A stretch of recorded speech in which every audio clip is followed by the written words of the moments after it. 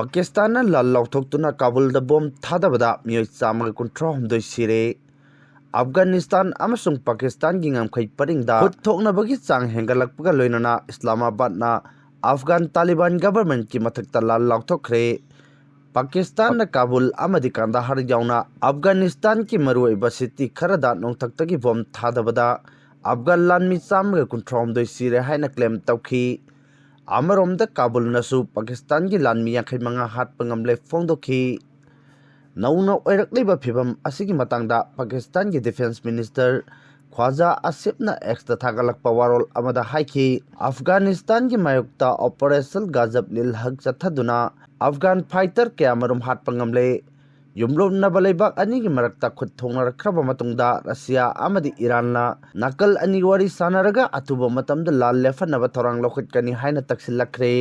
तंगाई फेद्रबदी अफगानिस्तान अमसुंग पाकिस्तान की मरक्ता वारी साननबा थोरांग तोरकपदा मरुओइबा थौदांग लौनबा सेम सारे हाइना ईरान की फॉरेन मिनिस्टर सईद अब्बास अरागचीना फोंदोखी इस्लाम लाइनिंग चटपा मियोइसिंगी यामना मरु ओइबा रमजान मतमदा अफगानिस्तान अमसुंग पाकिस्तान ना लानगी फिरेप लौरक्लिबसी ख्वाइदगी लाइबक थिबनी हाइरी माओकोट कुकी खुलदा लाकपा Assam Rifles personnel Singh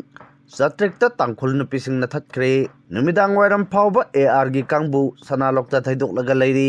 Kamjong district की मनुंग चन्ना लैरिबा माओकोट कुकी खुलदा चटननब लाकपनी हाइबा असम राइफल्स की कांगबु अमा जात्रिकता तांखुल नुपी मयाम अमा थोरक्तुना थत्ख्रे ngangnaba yaba ngangnabada nupising aduna saimanbadagi taba ngamdaduna mamai leirga chatkhre thaudok asigi matangda jatrik khulengi ningthauga pauche asiga wari sanabada hai ngasi ayuk pung 3 lom tarakpada asam rifles ki personnel ke yawba gari manga khul asi fauduna lakpa unaki matam aduda jatrik ki khunja sing haibadi mapung oina tangkhul nupising aduna jatrik khunauda thoktuna thatpa hauki khunja singi maikai dagi khangauda chingna ningai oiba maungda lakhiba asam rifle kangbu aduda kadaida chatkadabano haina hangki matam aduda personnel sing adugi maikai dagi border pillar yengbani amuk hai turel lomda chatkadabani haibana chingba chin manada wafam kya phongdoknarki maduna khunja singda hena singnaba hengalakhi tungda makhoi gi makok thongba officer singa khunja singa pau phaunabada Maokot Kuki खुलदा चटकदबनी हाइरखी मधुदा मियामना वाफम अदु यारोय हाइना थत्तुना अयुक की पुंग 10 खरा हेनबदा असम राइफल सिंह अदु हंदोक्रे हाइरी असम राइफल सिंह अदु करी मतांगी Lakpa ओइगेदोरिबनो हाइना कुलगी Ningthou अदुदा हंगबदा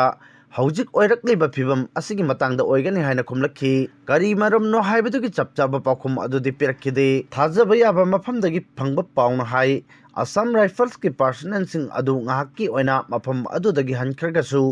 makha tana lambi aduda laknana bathorang tobo leptri numidang wairam phawba makhoi indo myanmar border da chenba sanalok turen torbanda audaraga acha athak charaga matam ngaiduna laibagi phibam ama uba phangi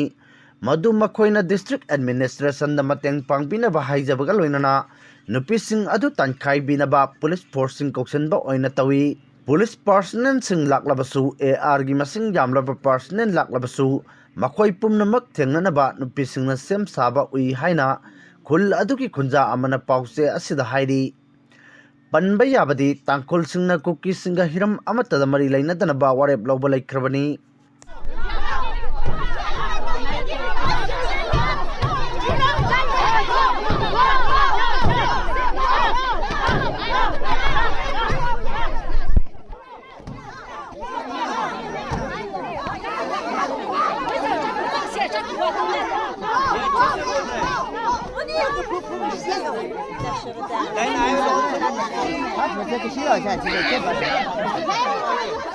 Ashila force general da hang da laye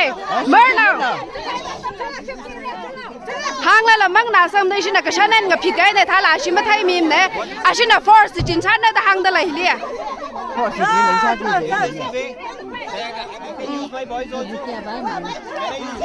Ashila mithan za da la ashila force jin da hangai ra shi Ashik sai ga ngare ma chi da lai ne Ashila force jin da hang da lai hilia re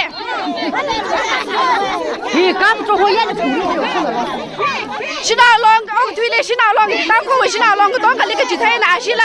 家这个里让了个force 警察那当的来去的了。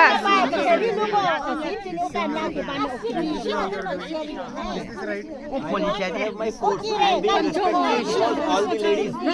Send your men ahead, then you will see. Those people who are hiding there, send them ahead. Then I'll show them.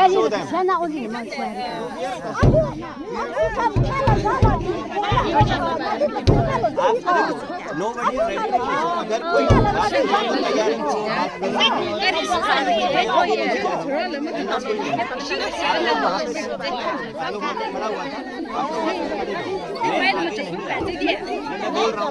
आपको क्या problem वापस जाए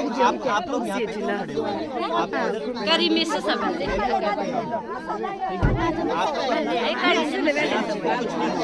आप वहाँ पे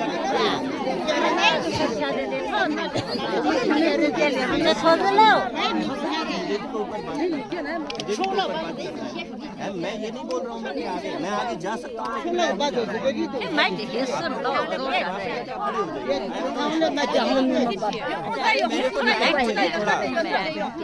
आपके order पे काम नहीं करता हूँ